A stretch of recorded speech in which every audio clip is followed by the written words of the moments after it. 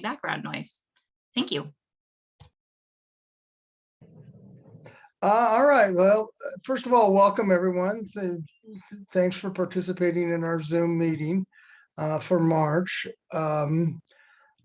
I'd like to take a moment and just have us think about what's going on in the world. There's some pretty heady things going on in Ukraine and stuff like that, and just take a moment and everyone do what they want to do for a moment about what's happening over there in Eastern Europe. Starting now.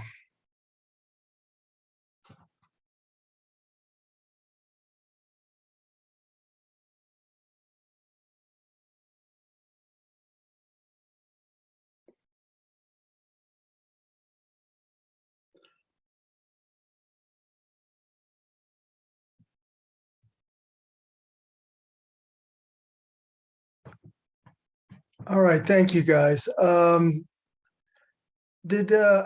haven't looked at the participants. Lana, is Heidi or anyone from the police department here? I don't. This is Officer Is Officer Murray. Murray Yes, I'm here? Yeah, okay, great. Officer Murray's here. At this time. Oh yeah, Yeah. there you are. Sorry. I'm Heidi.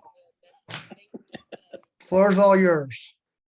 All right, real quick, I'm gonna turn my camera on so y'all can actually see who I am. So hopefully I don't scare anyone. All right, right now crime is actually down in that particular area. I know we've had some major incidents over the past month or so, but overall crime is down. One thing I do want to put out to the community is there's a couple of projects that we're working on that we developed. One is we developed a employment packet. So when we run across people, because the homeless has started to be a major problem here in Denver. And one of the things they complain about is they can't find work. So actually we have developed a packet. We put it together so we can actually hand out to them that places that are actually hiring and whether their job requirements to get those jobs or whether or not they will hire felons or, you know, what type of education requirements that are needed. So that'll be pushed out here pretty soon. And another project, which should be that project, let me add this, is already actually completed. So if anybody's interested in those packages, shoot me an email and I'll get that out to you. The second thing we're working on is, which should be completed by midweek next week, is something to help with auto thefts. It's kind of a double-edged sword because I know quite sure y'all, a few people on TikTok or out in the community that heard about significant others are tracking their spouses or whatever to see if they're cheating. But we decided to use that technology in a different way, in the sense that you can buy, we're going to try to get a funding so we can buy tags, whether Android or Apple, those little tracking tags. We're going to get those out to the community where you can place those into your vehicles. And we're going to ask people to put them in a place nobody will look. So that way you pick the place. So that way they're not all in the same location. And that way, if your car is ever stolen, you can track your vehicle. You call in, report your car stolen. Then when your car stops, you call back and give us a location. That way we can actually recover your car faster. So then also one other aspect of that tracking system is after a while, Apple and Android give that person a warning that they're being tracked. And somebody asked the question, well, wouldn't that tell them they're tracking devices in the car? Yes, it would. But that would also tell them, hey, the police know where I am. So the chance of them holding on to that vehicle are slim to none. So that way they'll usually park it somewhere, get out and go about their business. That's also give a chance to recover the vehicle faster. So those are some of the things that's coming down the pipe from us here at District 2. And matter of fact, both of those programs are going to get pushed out citywide, but both of those programs developed right here in District 2. So we're going to try to get the auto theft portion tested here in District 2 first. Then once we get the testing phase done, we're going to push it out to the whole entire city, which I think will be a good thing. Because right now we are running low on clubs, and club is used as a deterrent. And once the word get out that these tags are placed in vehicles, then maybe that'll deter crime and auto thefts as well. So anybody have any questions on that or anything else, feel free to reach out and ask.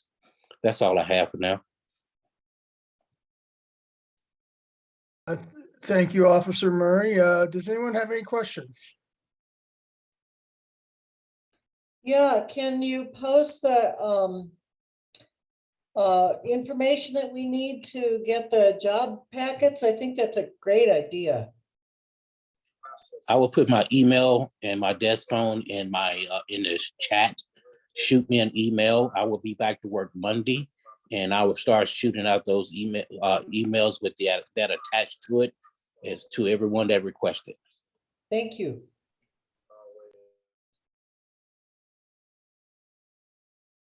We have I a see.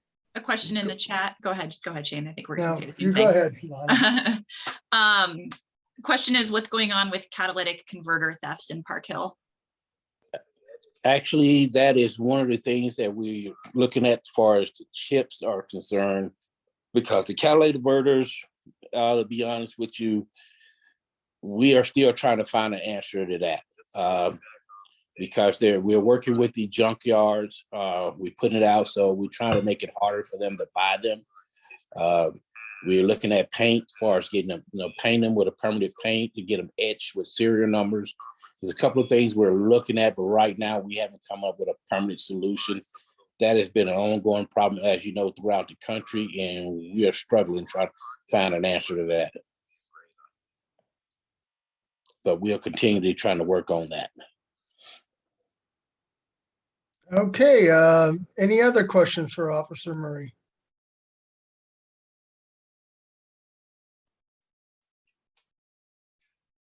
Okay, thank you, Officer Murphy. We appreciate your time that you spend with us. We really do. Thank you. Not a problem. I'll get my information posted in the chat. Thank you again. Next, Lana, I think you're going to give us a community update. Yep, I'm going to be really super brief tonight. I mentioned this last month that we are raising some funds for the victims of the Marshall Fire up north, and only going to keep that open probably through tomorrow so that we can get a check cut to the Community Foundation of Boulder. So GPHC is going to match it up to $1,000 in funds. So far, we've received just shy of $400 in donations. So we would be sending about $800. But if we can improve that by the end of the week, then we'll send even more money. So if you haven't donated yet, or you'd like to share this with friends and neighbors, please do. We've got the tiny URL there. Yeah, like I said, probably going to only run it through the end of the week. So make sure you get your donations in.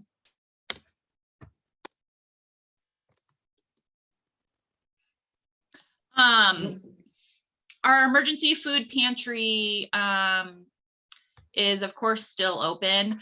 We're not serving quite as many folks as we had seen the last couple of years, which we're not entirely sure why, but maybe that's a good thing. Maybe there's not as much of a need as there had been in the earlier days of the pandemic, but we are completely overstocked on certain items. So this is just a little bit of a PSA here, like things like beans and pasta and tomato products, green beans, corn, all those great things that you think are so great for food banks, and they really are, but we have tons of them right now, and we're actually, when they come in, we're bringing them to other food banks because we have so much. And just a reminder that we try not to take expired items. We can't distribute opened items or homemade food items. So we're just kind of getting a lot of things right now that we're unable to use. We've become a little bit like a food distribution center. So if you want to donate at any time, you're always welcome to give us a call to find out exactly what we need at any given moment. Or if you go on our website, we've got a nice list there of things that are like our most requested items from our clients, and just things that we always are in short supply of. So thanks for thinking of us. Kevin, do you have a question about that specifically? Yeah. All right. So I don't know if anyone's ever watched the show Adam Ruins Everything, but one of the things he talked about with food pantries is it's actually better to give cash, because I don't know, is that the case that, you know, if I spend, let's say $20 on food to bring to the food pantry, is it just better if I bring in $20? I mean, yes and no. We definitely can use funds then to supplement like in exactly the areas that we need. And because we're a partner with Food Bank of the Rockies, the dollars that you give us go a really long way, because we can get food from Food Bank of the Rockies very inexpensively. So for instance, when we need food for Thanksgiving, we try and purchase as much of that as we can from the food bank, because it's just such a better value when we do that. Now we still like to get items though, because we can't be grocery shopping all the time. It's just like, it's hard for us to do that and to get that much like volume into the food bank on a regular basis. So we really rely on both. But your point is well taken, that, you know, money is always great, because then we can fill the gaps that we need. But Well, we do still and like to also I support think friends. what you said is that you can, through Food Banks of the Rockies, you can actually get more per dollar than I could going to King Soopers buying something. That's right. We get it's a very good deal for us at Food Bank of the Rockies. So when we need stuff in bulk, then it makes more sense for us to get it there, and then to try and have everybody running around to all the grocery stores in town buying up all the cans of whatever. So All right, thank you. thanks, Kevin. Okay.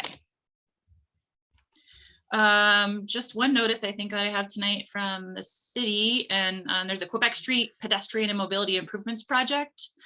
There's a virtual public meeting next Tuesday from 5:30 to 7 on Zoom. You can learn what they're doing to enhance pedestrian safety. Oh, geez. Sorry, gang. Along Quebec and 17th, that area. I was going to copy and paste this URL and stick it in the chat, but every time I click on it, my slideshow advances. So basically, to go on the city's website under the Department of Transportation and look on their project list, and you can just click right into this Quebec Pedestrian Mobility Project and learn more about it. And also you can find the link there for the Zoom meeting. Lana, I think Yes. Leslie already posted that link to it Oh, great. Perfect. Thank in you the very much. chat. So she's ahead of us all. So Appreciate thanks, it. Leslie.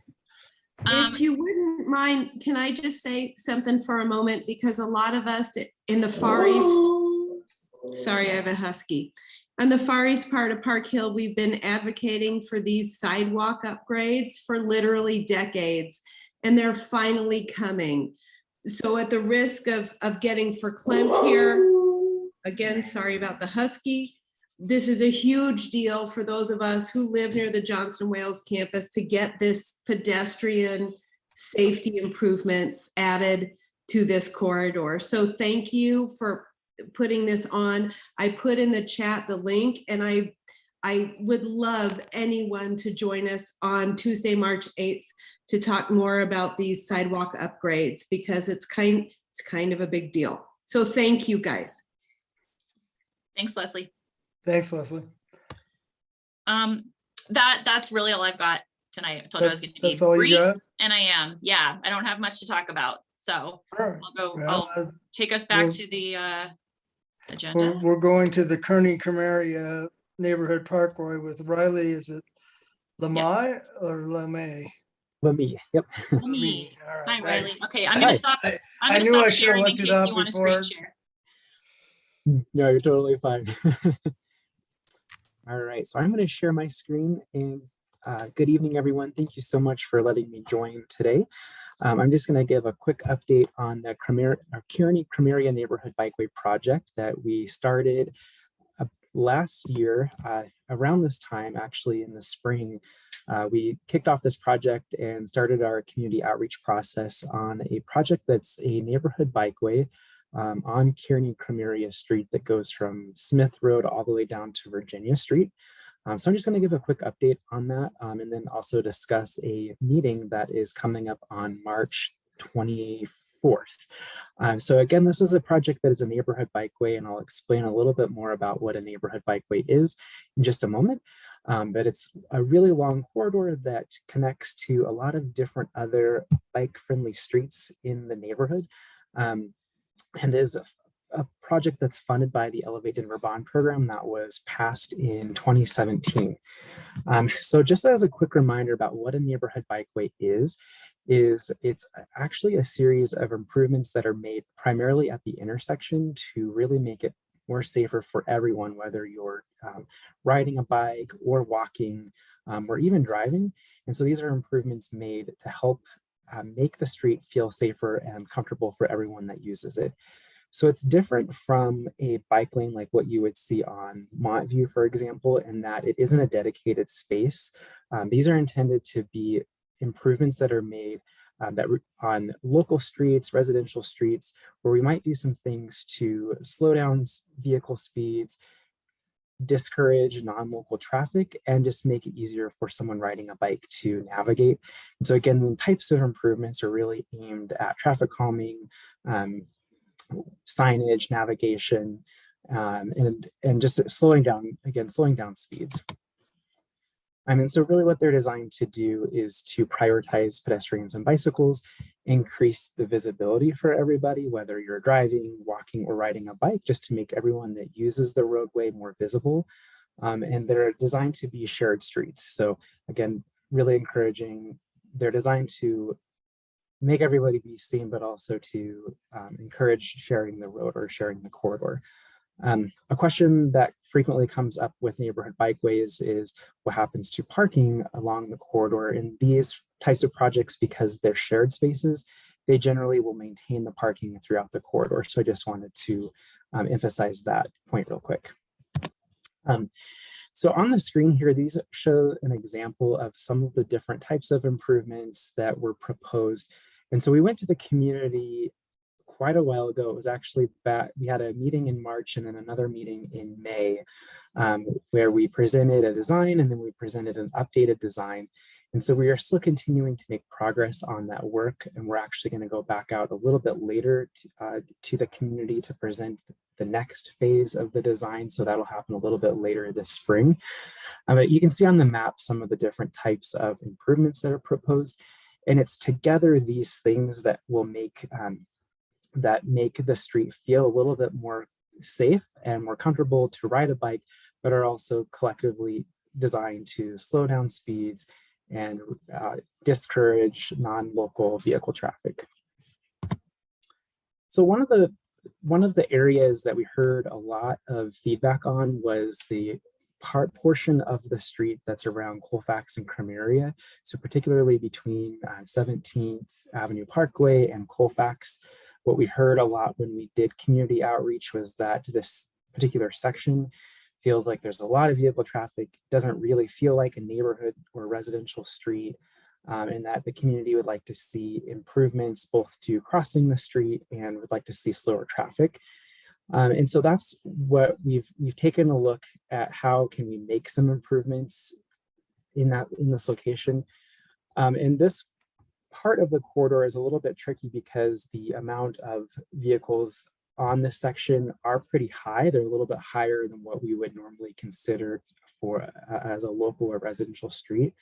And again, the purpose of this project is to encourage biking on a local or make it easier to bike on what is a local and residential street. So one of the things that we're proposing to do to take off some of the traffic in this section of Crameria is actually to create a traffic diverter, which basically would mean that traffic would not be permitted on Crameria between the north and south leg of the 17th Avenue Parkway. And right turns would still be permitted, but left turns would not.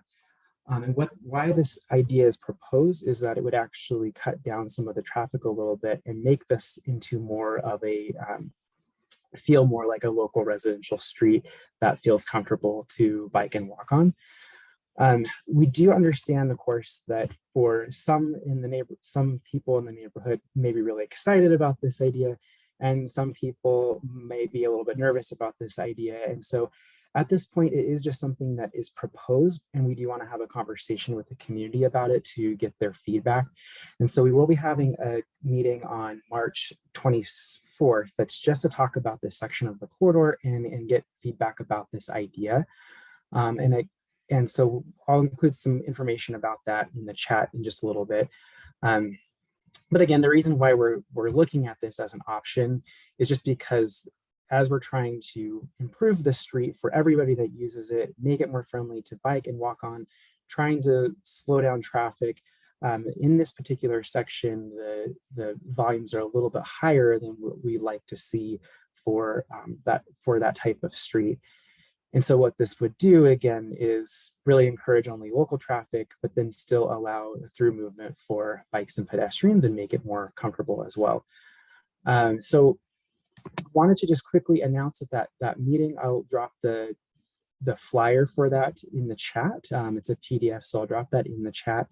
And we are planning to go to the houses that are along that section of the corridor and flyer them so that way they're aware of that meeting, and then it will be recorded and posted on our website too, so that way we can continue to get feedback.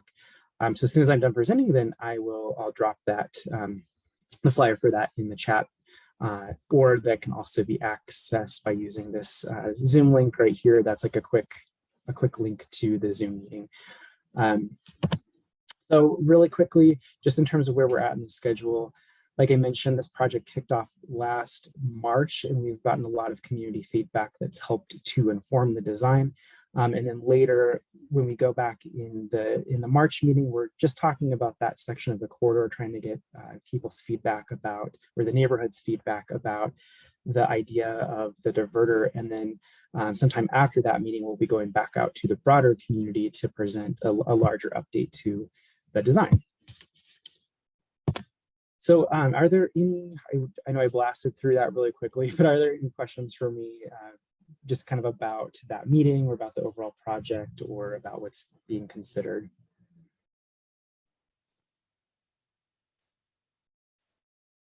Yes, I have questions. This is Maria Flora, and Yeah. I'm a cyclist, and there are parts of this that I really like. Like, I think I saw that this is going to hook all the way to the Cherry Creek Trail. Yeah, yep. Correct. So we've been doing that on Holly, which is okay, but this will be great. But my concerns are what's happening, the slides that you showed us at Colfax, and the rerouting of the traffic on Cremeria. And so, yeah, the other map that you had that showed how you're going to do the traffic diversion. Yeah, so how is that an improvement? How are people going to get from Montview to 14th and Cremeria, where all of the traffic goes? Right. So if this were something that were to go in and you were a vehicle, for example, you would have to go on a different route around Cremeria Street. If you were a pedestrian or a bicyclist, you would still be able to go through where this little block is created. You would still be able to go through. But yeah, as a someone driving, then that would be the expectation, is someone would have to go around to another signalized location. So the bicycle traffic from Montview, like to the King Supers and the Safeway, is still going to be on Cremeria from 19th going south, crossing Colfax. Correct. So I'll just say, as a cyclist, I don't like riding on Cremeria. There's too much going on. That intersection at Colfax is a very busy intersection. And we frankly go down Kearney now and cut through there's a nice cut in the traffic island there. Right. That you can go down past, on Kearney, past City Floral, and it's a lot more mellow than riding on Cremeria. So my own opinion is that if all these cyclists and pedestrians are going to be crossing Cremeria at Colfax, I don't know. That's scary to me. That's a lot going on. And now can we see the other picture, the other map, which was what's happening at Colfax and Cremeria to get that under control? So let me go back. I actually don't know if I have Colfax and Cremeria pulled up. We do have some information on our website. That's one of the intersections, though, where we're looking at doing some improvements to it, and I unfortunately didn't include it on my map, but there is, I believe on our website, those designs are still up. We are going to be looking at, and totally hear your point about Crimea kind of feeling a little bit scary. We are going to be proposing some improvements to improve both the intersection and then the existing bike lane there that would make it feel more comfortable. Part of one of the struggles with the project is we're looking at finding a place where someone can easily cross Colfax, and since there isn't a signal at Kearney, that's part of the reason why the project is routed. And we could build a new signal. The issue is just that signals are so insanely expensive, and so that's why we're looking at the routing. But I totally hear where you're coming from on the concerns about Crimea too, and it's something So that this map only shows a new traffic signal at Colfax and Crimea. and that traffic signal exists today. Yeah, okay. All right, thank you. You're welcome. Ken, I Are see there you've got any your other- hand up. Ken Burnett Shanta? has his hand raised. Yeah, I mean, I just wanted to comment. I hear the concerns about Crimea, and I guess my 2 cents, especially working in education and knowing how important it is to have safe routes, biking and walking. I'm in favor of any improvements, even if it's not perfect. I appreciate the efforts in terms of any type of improvement with pedestrian safety and pedestrian walking. So I'm gonna look at this in a slightly different viewpoint and take any progress in that sense is good progress. And hopefully, to Maria's point, we can continue to build out it in the future. But by all means, don't let that stop us now from moving forward. Thank you.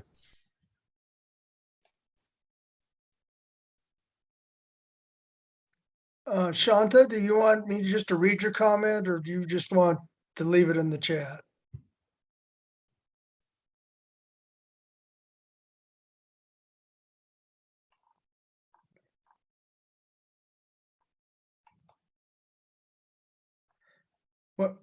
Well, she had I don't want to really, if she doesn't want me to read it, but she basically says that she wants to make sure that all modes of transportation are kept in Park Hill. And she's against restricting one form or another. She wants all modes. So I just read it for you. I just thought everyone should be aware of your comment, Shanta. Let's see, is any other questions?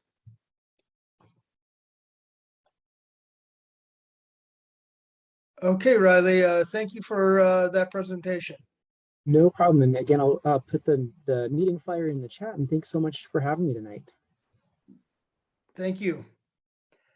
Next, I believe it's Beth McCann, our district attorney, is here to talk to us. Beth, the Hi. floor is yours. Oh, great. Thank you so much. Well, hello, everyone. This is my old stomping grounds in Park Hill. When I was in the state legislature, I represented you in the state legislature. So it's always fun to be back and see folks again. I just wanted to give you kind of a brief update on some of the exciting things we're doing in the Denver DA's office, and then happy to answer any questions. As you know, our primary responsibility is to prosecute criminal behavior and hold people accountable for criminal activity. So we are doing that in the courts every day. For a long period of time, we weren't having any jury trials because of COVID. So now we're back doing jury trials, and I was looking at the trials set in March, and most of them are unfortunately for murder cases, attempted murder, sexual assault on children. So I have some pretty serious criminal behavior going on in Denver, as you know. And so we are trying very hard to make sure that we are holding people accountable in our prosecutions in court. We also, I'm a believer that there are cases that are more appropriately handled through some kind of diversion or treatment programs. So we are very fortunate that I was able to get funding from City Council and the mayor to start an adult diversion program in our office, and we started with 2 diversion counselors, and we're now up to 6, and we have been expanding that program. We have a low recidivism rate, which has really been encouraging. And what that is what people in appropriate cases are placed in the diversion program, where they get, we have funding to provide treatment, to provide job counseling, referrals for therapy, as well as case management. And then if they successfully complete, the case is dismissed and sealed, so they can move on with their lives. We also were able to start a restorative justice program, and I know some of you are familiar with that, but it's a program that ultimately leads to a circle meeting, kind of based on the peacekeeping circles of the Native Americans, where the defendant and his or her parents, if it's juvenile or support system, and the victim and his or her support system, with facilitators and community members, actually discuss what happened and the impact that it's had on the victim and the victim's family. Again, only in appropriate cases, and we only do restorative justice when the victim agrees that that would be a good way to resolve things. The benefit is it gives the victims of crime an opportunity to really let the defendant know what's happened to them as a result of a crime. And it gives the victims and the victim's family a chance to hear from the defendant about, why did I do that? And then they come to an agreement with the facilitators about a way to resolve the case. So that's been quite successful. We've only had a 1% recidivism rate compared to a typically 47% recidivism rate when people come out of prison. And then we also have a firearms relinquishment program. We have found that in a domestic violence situation, probably the most dangerous time for the victim of domestic violence is right after they've reported someone and the person has been in jail. And then when they get out, there's a lot of anger. So the law said you're not supposed to be able to buy a gun or possess a gun if you've been charged with domestic violence during the pendency of the case. So that was a bill that I helped sponsor in the legislature. So when I got into the DA's office, I found that actually it was not being enforced. So we now have a full-time investigator in my office that looks at all our domestic violence cases when they come in to look for whether or not there's likely the presence of a firearm. And then he brings that to the court. So the court then will inquire about the firearm, and the person has to relinquish it within a certain time frame. They can turn it over for storage to a police department. They can sell it to someone who can pass a background check. They can give it to someone who passes a background check. So I'm convinced that we're saving some lives that way. Just last year, our investigator resulted in 147 guns being taken out of the houses of people who were, in my opinion, could have been people who were going to use them. Sometimes it prevents suicide too. We got a nice note from a father of a young man who was thanking us for getting the guns out of the home because of potential suicide. So we've been very happy about the way that program is working. I also have a human trafficking unit, which I started. And I know some of you are active and interested in the human trafficking area. Those are tough cases to build. So we've really now, we've had that about 4 years. So we're building up an expertise in human trafficking and training other DA's offices and working with police departments in how to identify and prosecute those cases. And I started an elder abuse unit. So people like me, my generation, the baby boomers, as we age, we become more susceptible to criminal behavior. Sometimes it's with family members, unfortunately, taking money from parents, but also caretakers, people who are expert at scams, those those calls you get about your son or daughter being in a certain country and they need money. And people do actually send money. So we are working to help educate folks about the scams. And also we now have full-time prosecutor that focuses on elder abuse. So that's been very good.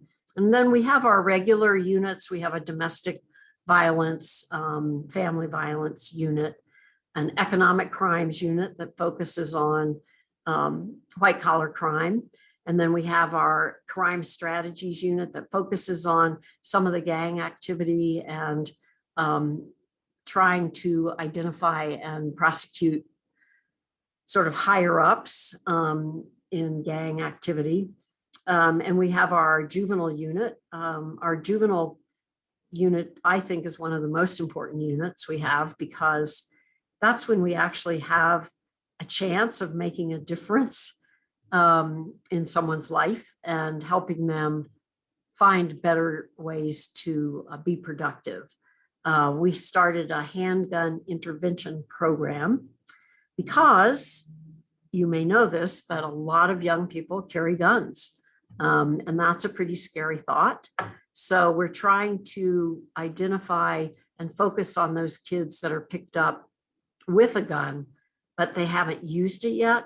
So this program matches them up with mentors, and we have a community involvement in our evening programs to educate them about risks that they're taking and also impacts of crime on families. And we just started that in July. So we just had our first graduation, and we're hoping that we will, as we follow these kids, that they will stay out of the criminal system. But it's a battle. It's a challenge every day. And I think I've only got a couple minutes left, so I think I might see if there are any questions. I'll just say briefly that I know that there's been a significant increase in fentanyl use and overdose.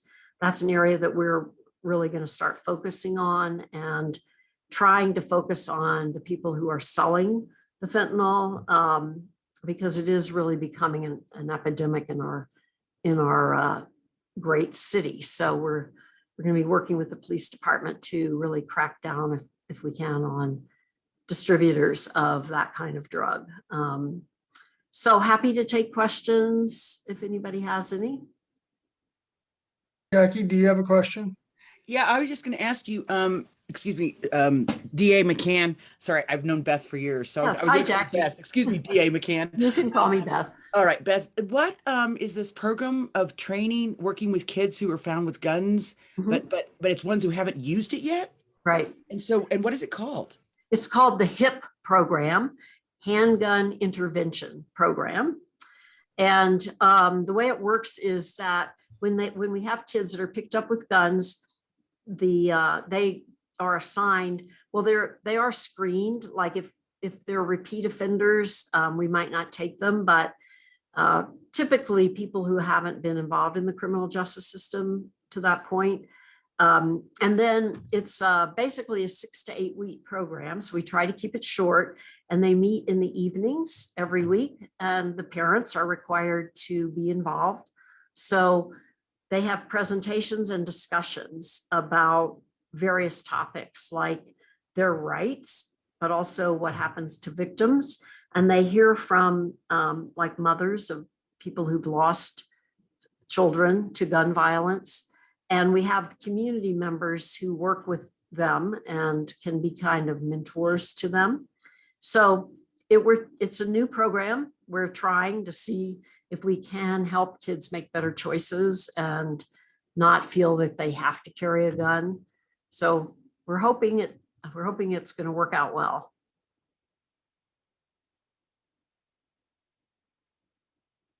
Any other questions? We are a quiet group tonight. Usually you Park Hillers are talkative. Yeah, you're right. It is fairly quiet tonight. Any other questions? Last call. All right. Thank you. that. Yeah, and I'm sorry I can't stay because I usually do like to listen, but I have another meeting going on, so I'm gonna have to join that one too.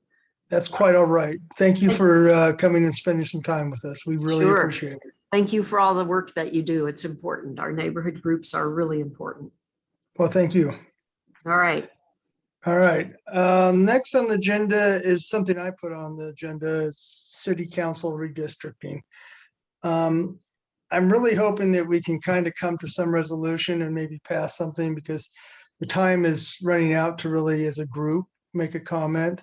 I hope everyone has had some time to make their individual comments on it, but as a group, I think I would like us as a group to come together about something about Park Hill, and how we feel about that. And I'm just going to tell you a few of my thoughts. I like the maps that only divide Park Hill up into 2 councils versus the ones that do 3. I understand that just how the city's grown, that's going to be very difficult not to separate Park Hill. I expressed when I talked to Councilman Herndon that I'd like Park Hill to stay in one, but I also understand the reality that it might not go. And I also didn't really care for the maps that actually broke up our statistical neighborhoods too. And then that's the North Park Hill, the South Park Hill, the Northeast Park Hill. And the reason is that's how planning does a lot of their planning. So if there's something that's being planned for North Park Hill, we then have to change 2 city councilors if there's something we don't like about that in the plan, and any planning like the neighborhood planning that is probably going to happen in the next 10 years. So that's just my thoughts, and I'm going to open the floor to anyone that wants to make a comment.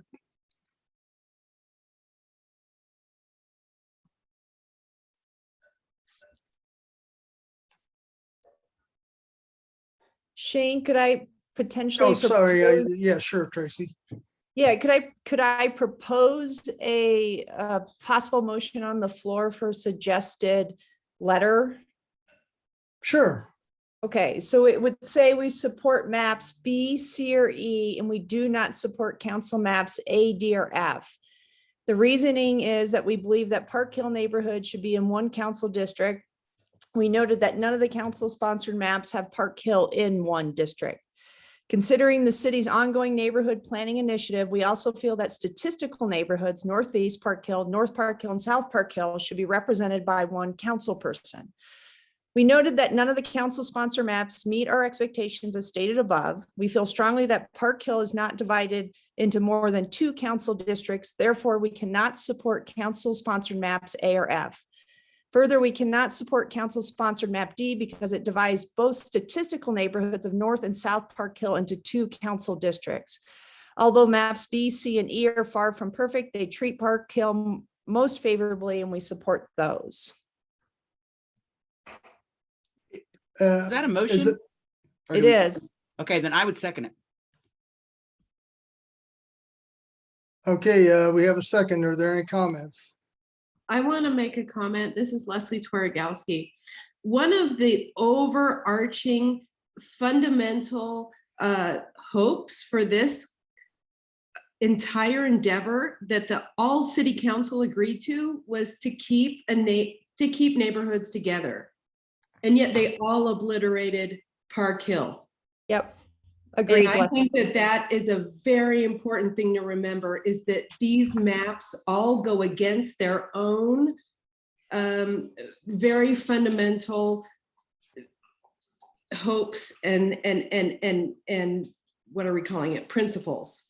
The city council said, we want to keep all the neighborhoods together. And then they all did this to Park Hill. Yeah, Leslie, what if we added an additional sentence or 2 about that point?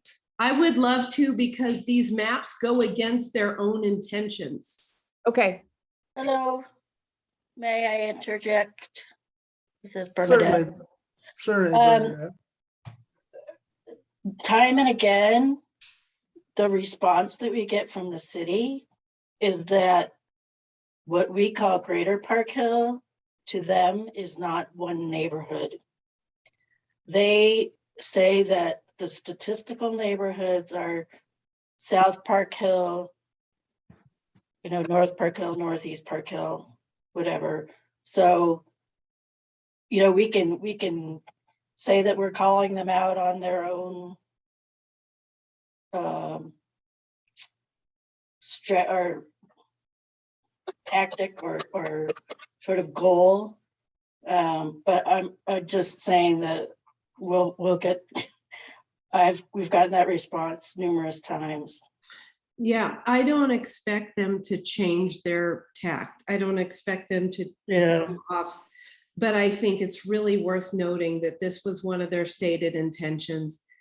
And all of these maps went against their stated intention regarding Park Hill and not many other neighborhoods. Yeah, I would agree with that, Leslie. I will agree with what the gentleman from Montebello said, that I reviewed all the maps and I didn't like any of them.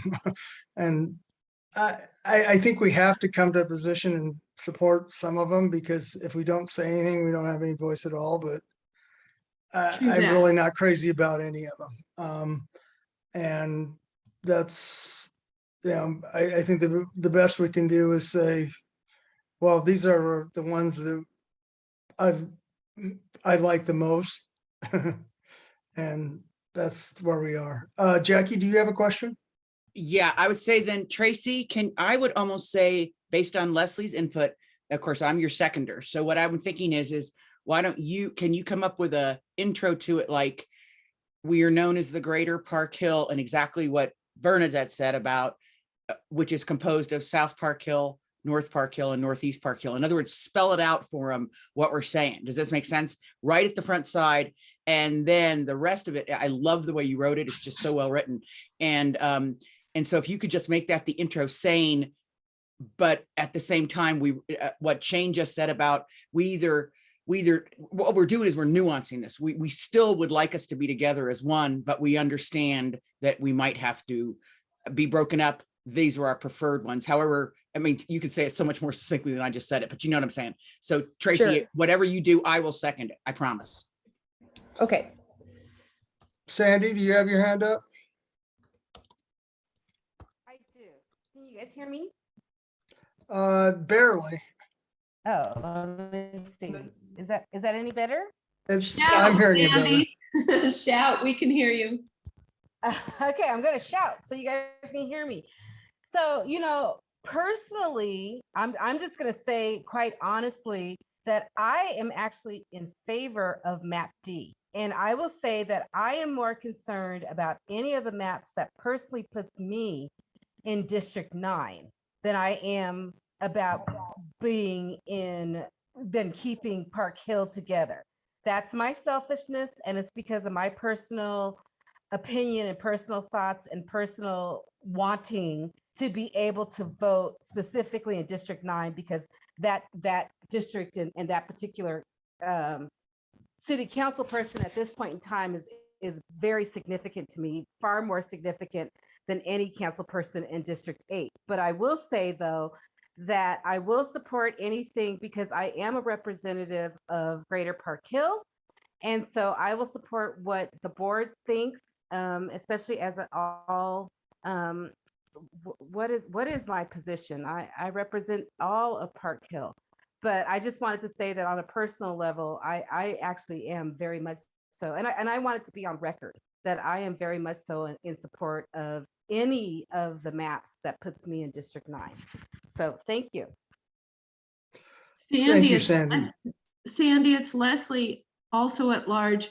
I totally understand your opinion, but I want people to think about, like, what if the council person changes? Like, for instance, if it had been Albus, or if the person changes, do you still want to be in that district? Is my question to you. Well, at this point in time, the next vote, I would be able to vote in it. But again, I'm not saying that with respect to this particular organization that I am going to, vote against and or abstain for whatever this, I would support Tracy's motion with respect to this particular organization. But on a personal note, I support any of the maps that puts me in District 9. So that's all I'm stating.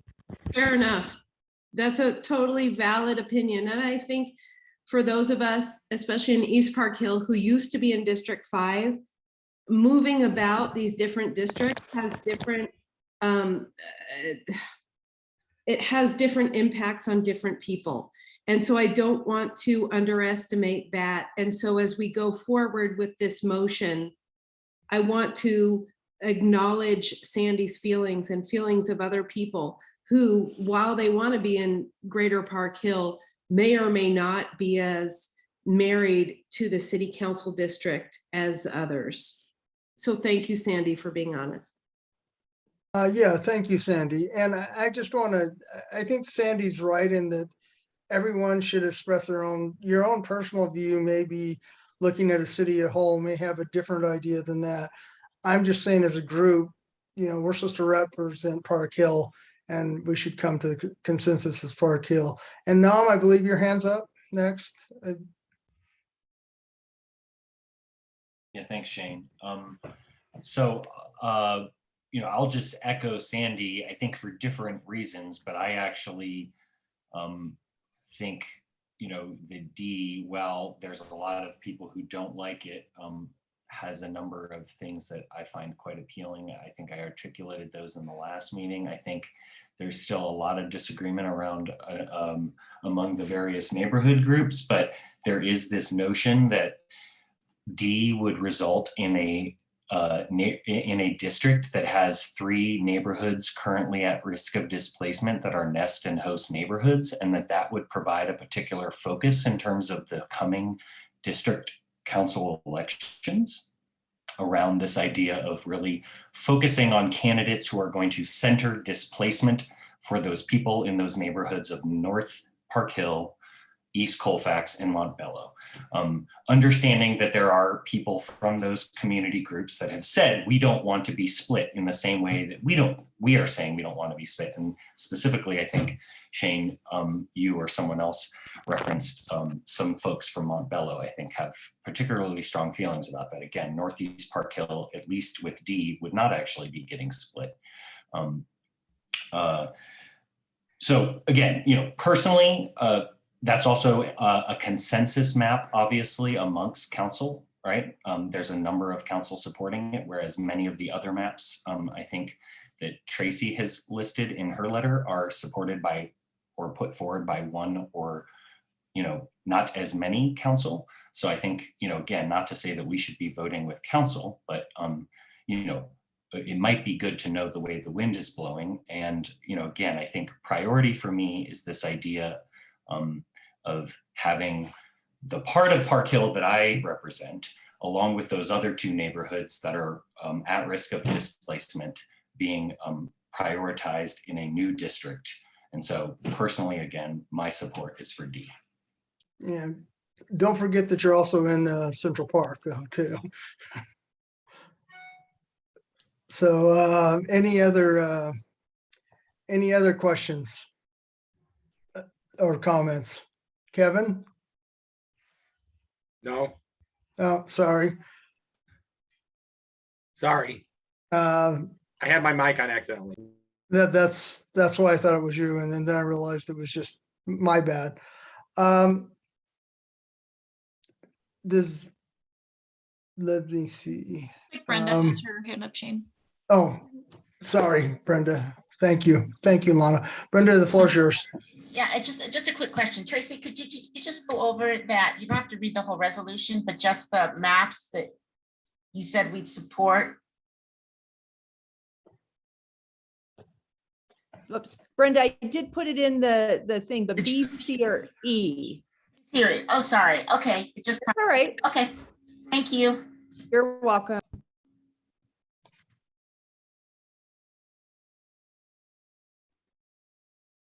Well, and Shane, this is Leslie. When you just said Nam's in Central Park, I don't think Nam's in Central Park. No. I said that in the districts that he was including. Oh, thank you. The ones Sorry. he's talking includes all the Central Park too. That's all I'm saying. Thank you for that clarification. I was Sorry, confused. I have a tendency not to speak as distinctly as I should, and that's my bad. Me too. Me three. So that is my bad.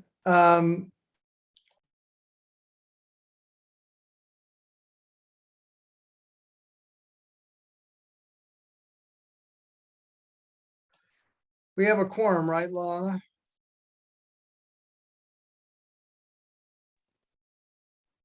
Sorry. Yes, we do. Yeah, I did the same thing. I think we have a motion, we have a second. Tracy, do you want to try to put another sentence in there or just? Well, sure. I added, instead of just saying Park Hill neighborhood, I added greater in front of Park Hill to everywhere it stated Park Hill. This statement probably should be, wordsmithed a little bit. Council has stated the intention was to keep neighborhoods together, and not one of the council maps have kept Greater Park Hill as one neighborhood, and further divide some of the statistical neighborhoods. Oh, all right. That sounds I was good going to me. say, I don't think that has to be wordsmithed at all. I think it sounds Okay. great. Yeah, thank you for adding that, Tracy. You're welcome. I'm going to call for a vote on the motion. All those in favor, raise their hands and keep your hands raised until Lana can count us. I'm gonna call your name. Oh, sorry. Please hold. I'm in the wrong view. This is always the hard part.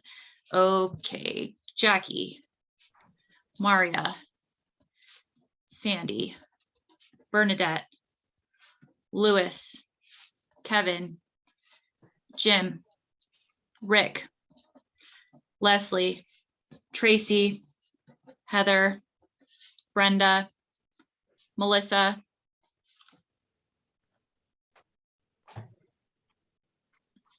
Shanta, that is, and Shane.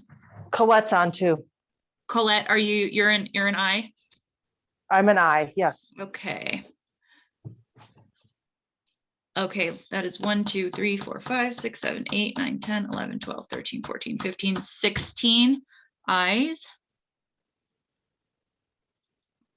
If you could now lower your hands if you've virtually raised them, please.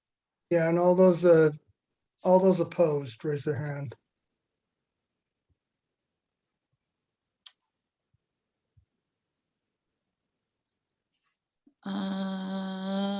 Okay, I'm looking.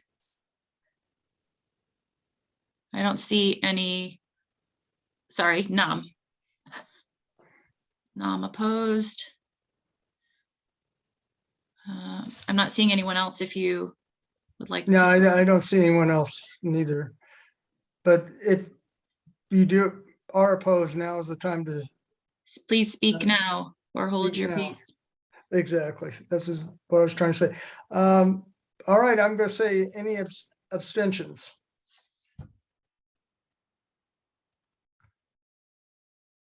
We had 19 board members on the call and 17 have voted, but I think a couple people have dropped off. So I think that was everybody. I'm just looking through the list here really quick.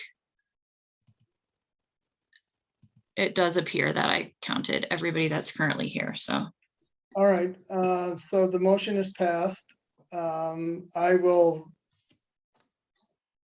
get with Tracy and draft that and send it to the city council's office because it needs to get done probably by this week. I'll do that, work on that tomorrow. Thank you, everyone. I think this is an important thing that we at least weigh in on. And I appreciate everyone's kind tones in this. I know sometimes this issue gets a little heated. So I appreciate everyone being civil to everyone. That's all for that item. Are there any open floor community comments?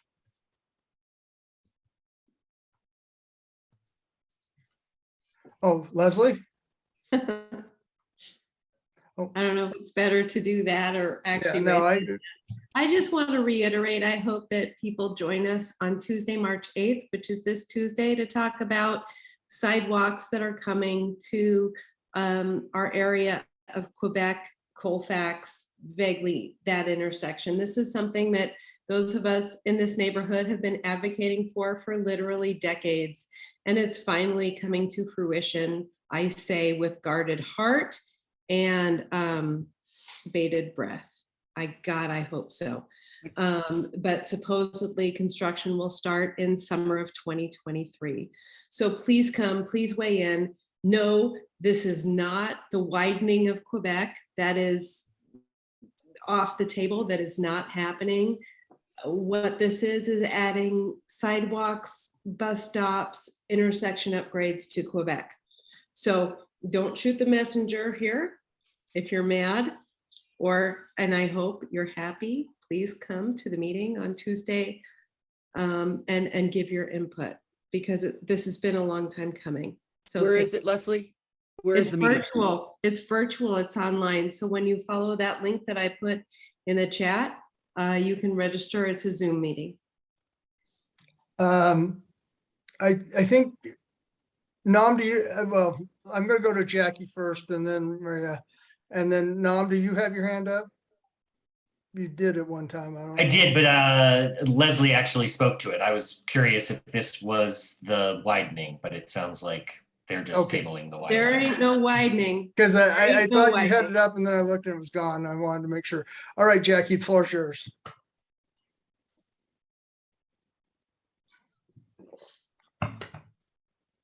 You're on mute, Jackie. You're still on mute. Well, while Jackie figures this out, I want to thank both Jackie and Nam for helping me. A few months ago, we did a press tour of Quebec and the problems on Quebec. And I want to thank them both. They were there. We got good press coverage. And I don't know what turned the screw to make this project go to construction, but something did. So thank you both, Jackie and Nam, for being there and being supportive. It's been a long haul.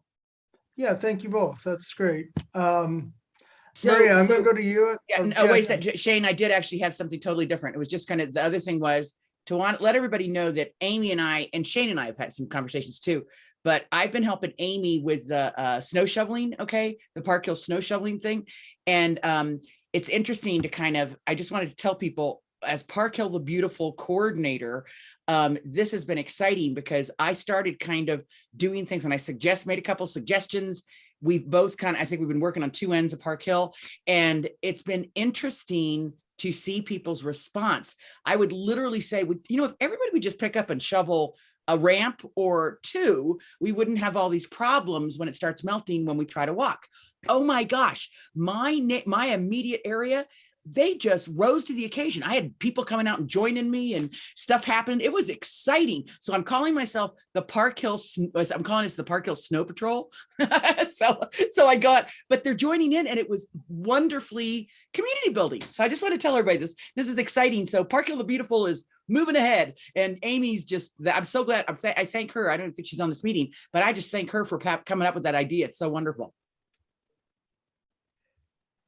I'll just want to add to that. I live at Fairfax and MLK, and every time I go out to shovel my sidewalk, and I always think of Amy, and I go all the way around the corner, shovel the bus stop, shovel down past my neighbor's house. We have little kids. They have trouble getting out, going to my next neighbor who's elderly. So I end up doing, I only have 75 feet of frontage. I end up doing probably about 250 feet. And this is not like, because I'm a great guy. I'm not actually that nice of a person, but it's just, it doesn't take a lot to just push yourself a little bit to be a good neighbor and just do a little bit more. Like I said, I'm not a nice person, so don't even go down that road. But the hardest part about shoveling is getting out your butt outside. Once you're outside, you might as well just do a little bit more. So if everyone did that, we'd probably cover everything.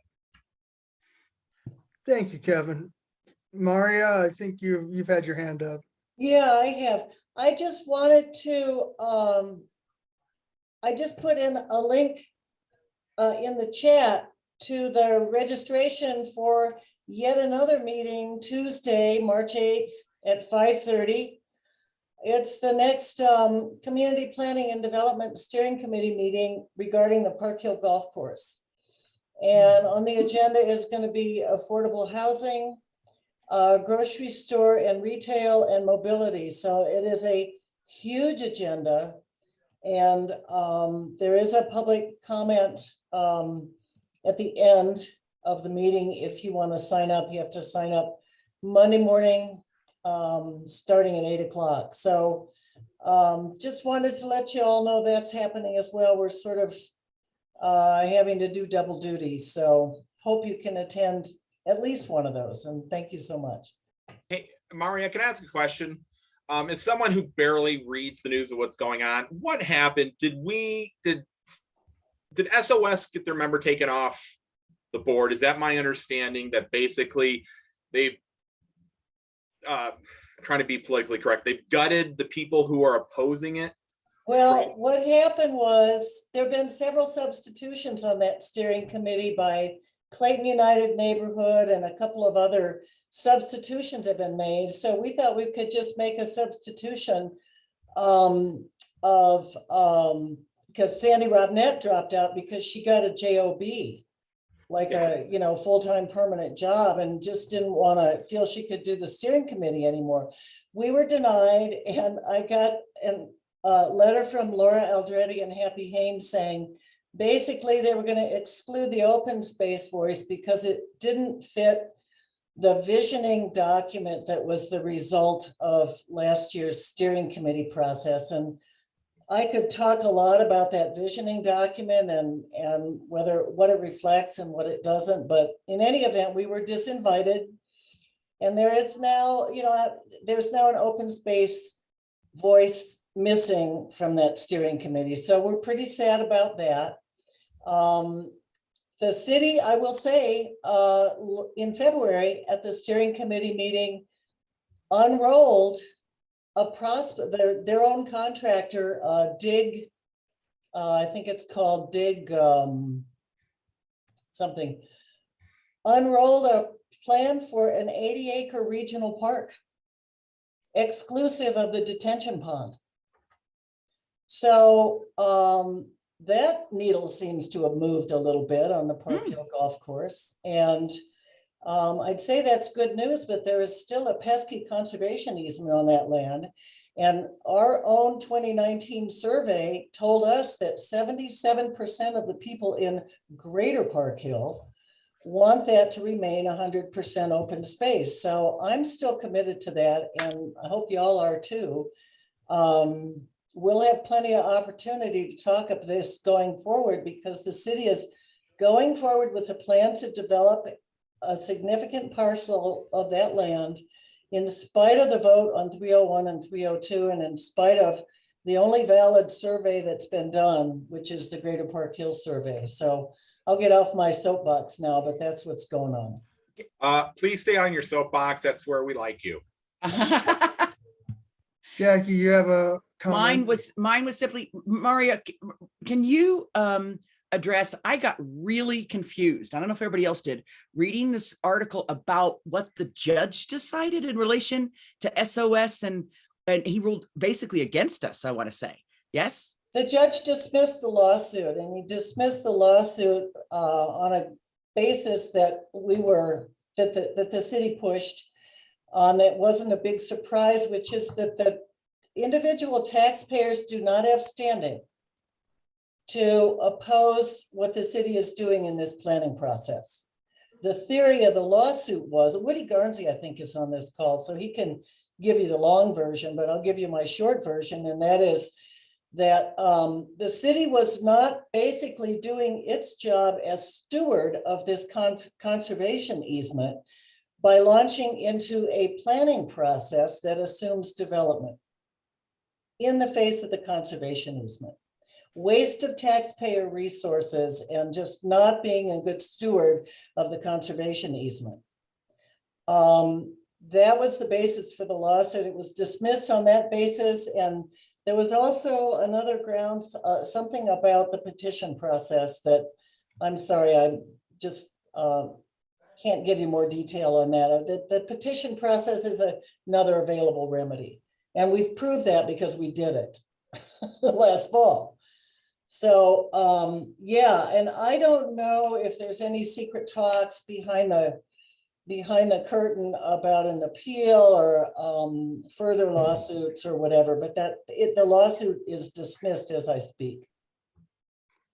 Okay, thanks for the update, Mariam. That's really nice information to have. Are there any other for the community meeting? Don't go away, the board members. We still have a minutes to approve and a few things like that. No, did you notice Noah Stout's comment in the chat? Did not. Just would you read that? And Noah, did you want to speak to that? Yeah. No, I thought the last synopsis was great. But always happy. I've been on the steering committee and it's been an interesting experience. Nonetheless, I live just south of the Park Hill Golf Course in Albion, and always happy to talk with folks. I've asked the city to expand the public comment to make it more interactive, for us to even do things like I don't know, be able to share all the Zoom chat with the public, which isn't always the case right now, and things like that. But if you want to talk more, and there's a lot of great advocates here. Great to see some of you on here. But yeah, if you want to talk, I'll throw my email in the chat. And if people want to reach out and talk more, always happy to talk more. Noah, this is Leslie Twarogowski. Are you the only person right now in this realm of Park Hill, now that Sandy's off the steering committee, who is still on the steering committee? And can we get regular updates from you?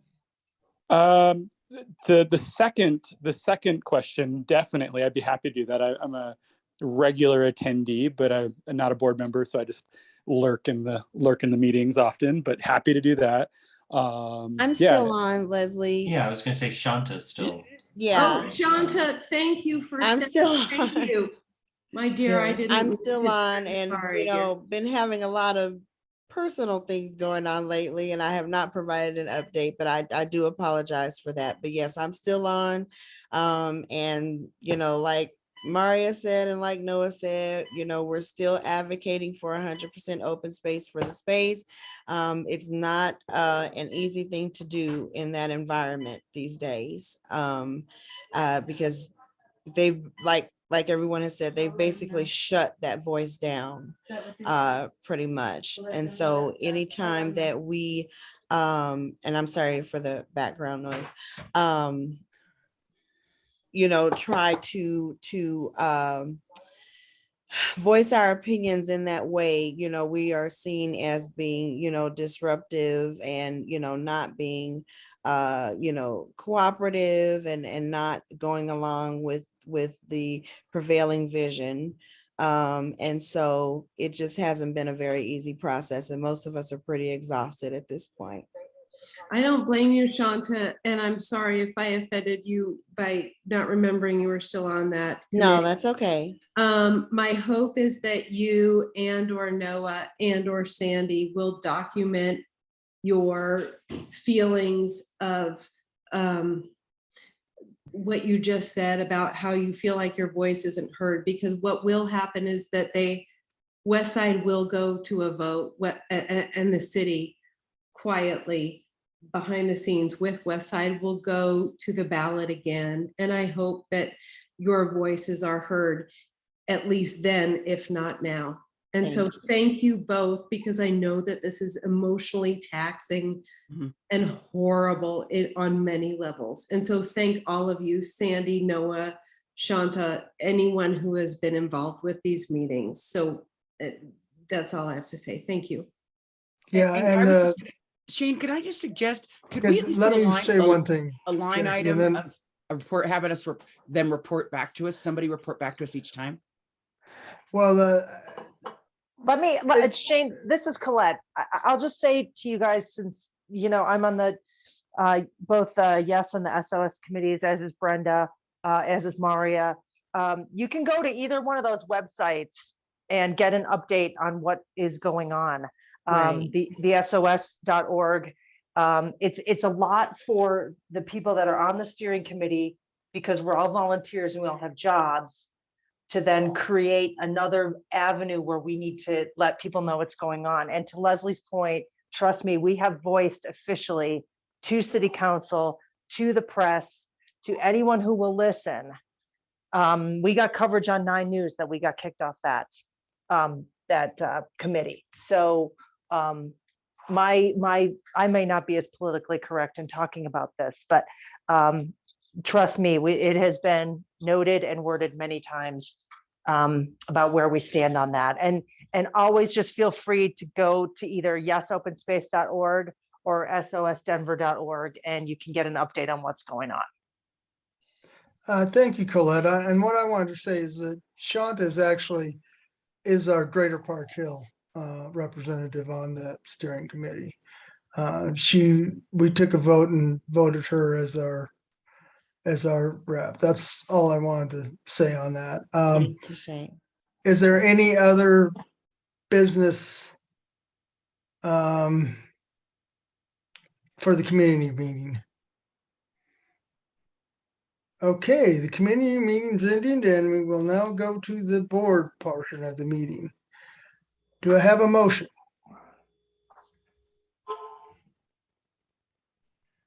I motion we approve the February minutes. This is Tracy. Is this Tracy? It is. Sorry, Shane. That's all right. Sorry, I'm trying to find everything. Were those February minutes already circulated? Yes, I think I said they were approved, but this is the official way to do that, isn't it? yeah, they're not really approved until we vote on them. I got it.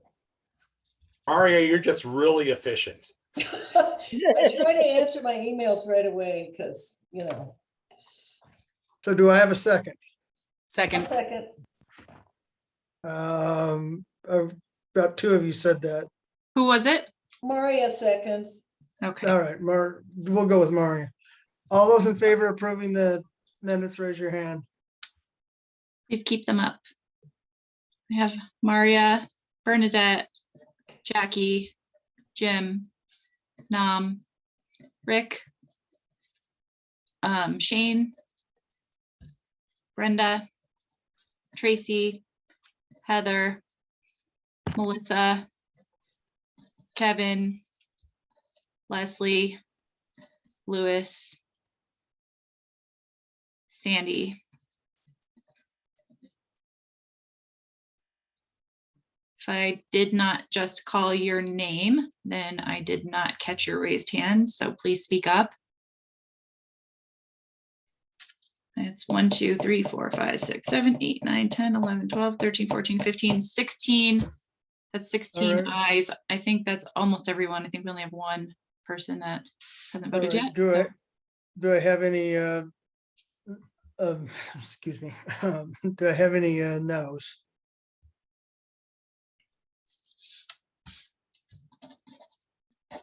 Maria, your hand's not up.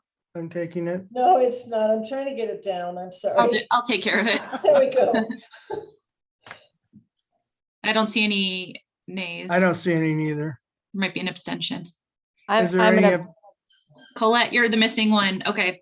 Yeah, I wasn't at the last meeting, so. Thank you. I abstained as well. I wasn't at the last meeting. Oh, I erroneously wrote you down on the, was that you? Was that Shanta? I know you're used to counting me, huh?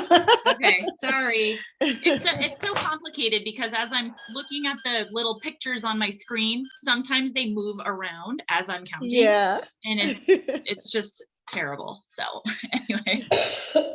You do a better job than I could, Anna. I'm like, wow, how's she Well, counting? now I have a that solid fast? 2 years of practice. So I think that's it tonight, unless anyone, the open floor, it's for a board meeting open floor. sorry, real quick, Bernadette, that's 15 ayes, 0 nays, and 2 abstentions. All right. Clarify. Thank you. Thank you. And are there any other final board comments? there's really a comment. I want to say to the members of our board, there are so many members of our board who give so much time and energy and heart to going up against, whether it's developers or the city. This is definitely a Don Quixote kind of going against windmills, but I totally respect the passion and the heart and the time so many members of our board give to trying to make our community better. I just am in awe of who you are and the people you are who do that. Thank you, Kevin. Any Here, other here. comments? Just, Thank you, Kevin. yes, thank you, Kevin. And by the way, there was an article in Axios this week that showed that Westside Investment Partners is the #2 largest, sorry, my dogs are angry about it too, the #2 contributor to political campaigns I think it was the last year, #2 contributor. I'm just surprised they're not #1. Brenda, do you have your hand up? I do. One of the things, so I've been on this SOS thing too for a while, along with Colette and Woody, and but one of the things I think we do have to do a better job at, I know we've all talked about it, but is figuring out how to bridge this 4-lane road called MLK. And so I have some ideas on what, to be honest, there's a couple, we need to do it because we need to do it as an organization to better represent that part of our community, but also, to be honest, politically, if we're going to hold off West Side, we need to make some inroads there too. So we should do it because we need to do it, for the future of our organization, but also I think there are some things that we could do that, would possibly just and help build some relationships. So I don't know exactly when we're talking about this, or I'm new on this board. So is this a subcommittee, or does this have to be approved, or do I have to write something up, or how does this work? No, you don't have to write it up, but there are a few things, maybe we could talk a little bit, because there are a few things. I've had some conversations. I actually talked to Kevin Marchman with the Northeast Pork Coalition. I also have talked to Justin of the Park Hill Parade, and I think I need to. We should talk a little bit first, because I haven't forgotten our conversations, Brenda. I'm just not sure of the protocol, to be honest. No, I would. There are some stuff I'd like to talk to you about. Maybe I will send you an email tomorrow and we'll set something up for next week, because I think maybe next meeting we'll have something on the agenda for that. Yeah, to be honest, I just not even sure about how you bring up ideas exactly. You can bring up any idea you want. And then on this here, though, I think you would be, I'd like to share you some of what I've talked about with those people. Shanta, your hands up. I was just gonna say, just piggybacking off of what Brenda just shared, I share the same sentiments. It's one of the reasons why I, decided to go ahead and run for this board, because, I wanted to be able to participate in somehow bridging the gap, that exists between, Northeast Park Hill and South Park Hill, and just make it where, it's just not so divided. The history is there, and there are some that are still just kind of stuck in that place. And I think that there are enough of us who want to move forward and want to mend fences, and make this truly one Greater Park Hill. And so, you know, even though now that is being attacked, you know, by council district, you know, lines, but I think that it's something that we definitely should still try and work on. So I'm totally in favor of that, and I would love to be able to participate in that as well. Well, thank you, Shanta. Me I'll keep you too. in mind. Me too. Put me on the committee. Who was saying that? I'm sorry, I didn't catch it. Maria. Sorry, I didn't. Tracy, I think you had your hand up next. I do. I just want to comment on the division piece, and it comes up year after year after year. And I just want to say that the division or the perceived division doesn't come from inside Greater Park Hill. It is typically from outside forces. And I think it is important to do that outreach and let folks know we're here, whether you're sitting up on 40th in Colorado or down here on Colfax in Colorado. Because it has not come from members of our own community. It has typically come from the outside, continuing to push that divide. And it will take hard work to get over that. Happy to be part of those discussions. Let me just, Jackie, yeah, do you- and then you're absolutely right, Tracy. You know, in some regards, but I just have to say there are some who still feel like, you know, Greater Park Hill community does not represent Northeast Park Hill. And so I know that is not true. And so that is something that I would like to, you know, help get rid of that stigma. You know, Agreed. because it definitely does still exist. But I know that everyone that I have encountered at GPHC has a heart for the entire neighborhood. And so I just think that there are some who just haven't been able to really experience that part of it. And so I would love, you know, for us to be able to do whatever we can to bring awareness to the fact that GPHC is really for the entire neighborhood. Yep, agreed. And I just want to mention one thing on that.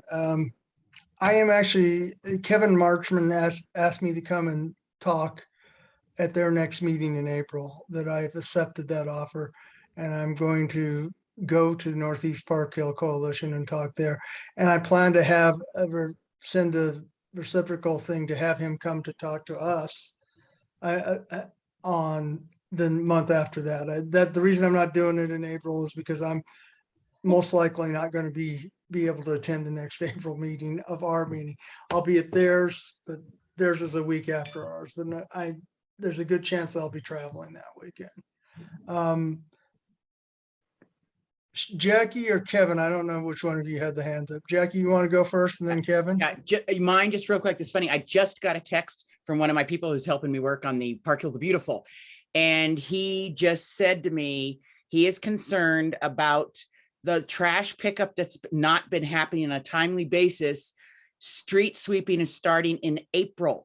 And anybody whose stuff is not picked up, we're gonna have a nightmare if they're a Thursday or a Friday pickup. Aren't we all Thursday now, supposedly? And most of us are getting picked up on Friday, sometimes Saturday. We have had Monday holidays, but it's been, ours is still all sitting out front from today. Okay, I don't know if everybody else's is, but this has been happening to us. Now, this is in this section of Park Hill. Is this happening across Park Hill? Yes. Okay, well, I'm thinking we need to create an awareness because street sweeping starts in April. And if they're going to have to pull their stuff back up into their driveways if they have driveways or up on their port, right? Let's create awareness. You can actually leave it on if you go into their website, you can actually put it on the things on the grass. Right. The tree lawn, if it's the same day as you're cleaning, it doesn't actually have to be on the street, so they can clean the street. I'm just thinking a we lot need of to people create don't know awareness. that, but you can do that. Yeah, they will pick it up. But I think what he was saying is we probably ought to get on that because April street sweeping is going to be happening. This is the March meeting. So I'm thinking, we better get it out there, and just because everybody's changed. Yes. Right. Yeah, we can think about sending it out with our next email blasts. Yeah, Jackie, if you can will you shoot me an email sometime in the next couple of weeks about this, and I'll get it into the April communication from just the e-blast point of view and on our Facebook page as well. Okay, sure. Thank you. And Kevin, you have your hand up? I just wanted to tag on to what Shanta said, and I 98% agree with what you said. You're looking at a really positive way, and I agree with it. I don't know if Greater Park Hill truly represents all of Park Hill. I 100% believe whether you're a board member who I'm friends with or a board member who I bump heads with dramatically, everyone wants to.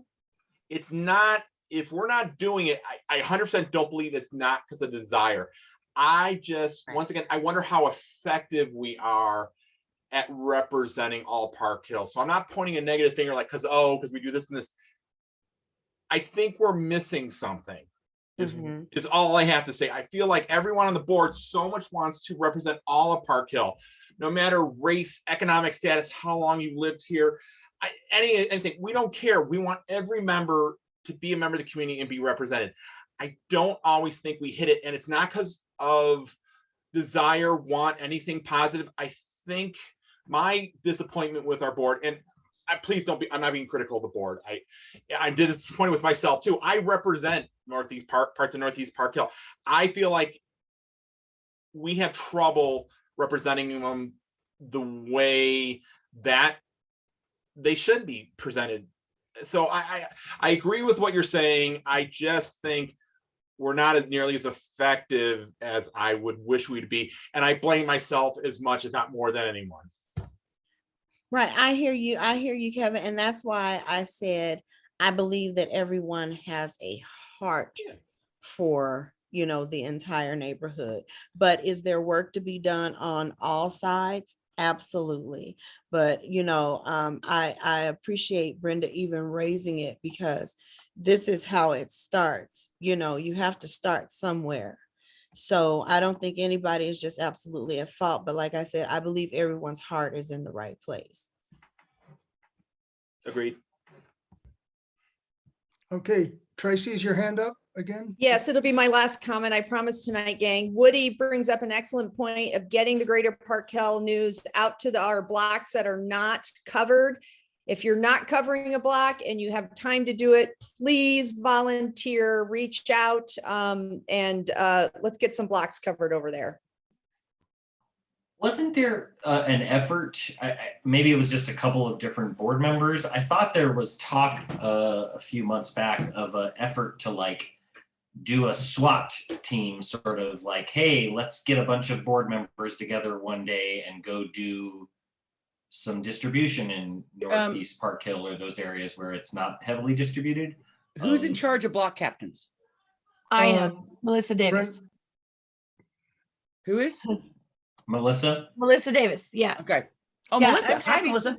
Hi, I'm happy to put something together.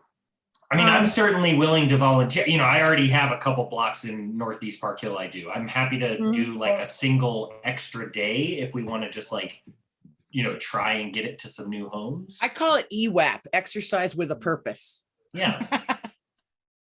Well, I have had some, oh, sorry, go ahead, Maria. I was gonna say, Melissa and I've been working on this for almost a year now, right, Melissa? Yes. Trying to get the newspaper up north of MLK, and Sandy Robnett and Georgia Garnsey and I, and my friend Janina Gotlin have pounded a lot of pavement, getting the issues delivered up there when the issues are available. And I don't know about how many copies we order and how that works out. I know Melissa has somebody who is helping in part of that area, who is, what do you call, I call him Melissa's convict labor buddies. We're not going to do that. I have somebody who has some court appointed community service hours and has been covering 16 blocks north of MLK for the last 4 months. So that's what we've been doing with our extra papers for the last 4 months. So that is going to come to an end. And I've had that person put a sticker on each paper too, saying, if you like receiving this, please consider becoming a volunteer and delivering to your block. And I haven't gotten any response yet, sadly. So it might just be an ongoing thing that we need to find coverage for those blocks until those community members are engaged. Well, I will say in delivering all of those copies, there is nobody that doesn't like getting, there's only one person that I've run into so far who doesn't want to get the Greater Park Hill news. They're so happy to get it. If we can deliver it up there, if we can each take on a couple of blocks or whatever, people just love to have that paper. Yeah. It's So I definitely, think that's an excellent tool, and I'm it's glad we're definitely talking something we need to look into. I'm not disagreeing with that at all, that we need to, getting coverage up in Northeast Park Hill is part of the, is one of the things I really think is a step that we need to take in the right direction of moving it there. So I agree with all that. Kevin, is your hand back up again? Can I just No, say I'm one just thing? not very bright to pull Sure. it down. Sorry. Ignore my hand from this point on. Can I just say one thing? If we are going to, like, you know, form a task force and rally people to deliver, I need to know so I know I can order enough papers. Yeah, it's going to take time, Melissa. I mean, this Sure. is not something that's going to happen overnight. So we will not. But like if we You put know- together volunteers, I can address which, you know, blocks need coverage and figure out the numbers. Okay. Yeah, let's all talk about that some more. I will get with Brenda and Maria and Shanta. You said you wanted to get on that too? And Jackie Yes. too? All right. I'll start And with Brenda and then we'll maybe start a little subcommittee. Well, and I'll just tell you, I just got reelected as my precinct organizer for precinct 838, which is the bigger one that goes up north now to, but you know, it's nice that I got this, but the catch is I have access to all these people that I deal with, and they're all talking about what can we do to try to involve it. This is just in general. They would love to probably help. I think I can get, if Melissa, you need help, let us know. Okay. All right. Any other comments?